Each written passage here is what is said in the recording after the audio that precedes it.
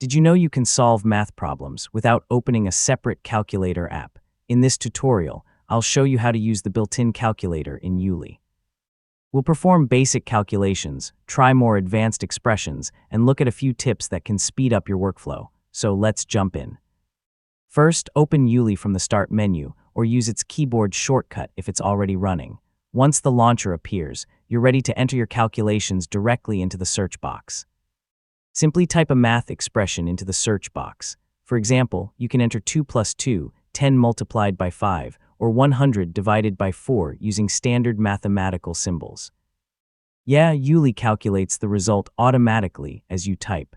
The calculator also supports more complex expressions.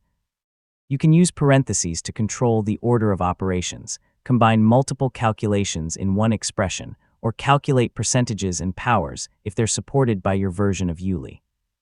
You know, this makes it useful for more than just simple math. Once the correct answer appears, you can select the result and use it in your workflow. Depending on your configuration, you may also be able to copy the value directly before moving on to your next task. If calculations aren't appearing, open the Settings menu and make sure the calculator extension is enabled. So if you've just changed the settings, restarting ueli can help the extension load properly. Instead of opening a separate calculator every time you need to solve a quick problem, try using ueli throughout your day. I mean, it's a small feature, but it can save you quite a few clicks. And that's it, you've learned how to use the calculator in ueli. Once you get used to it, performing quick calculations becomes much faster and more convenient. If this tutorial helped you, be sure to like the video and subscribe for more simple technology guides. Thanks for watching, and I'll see you in the next video.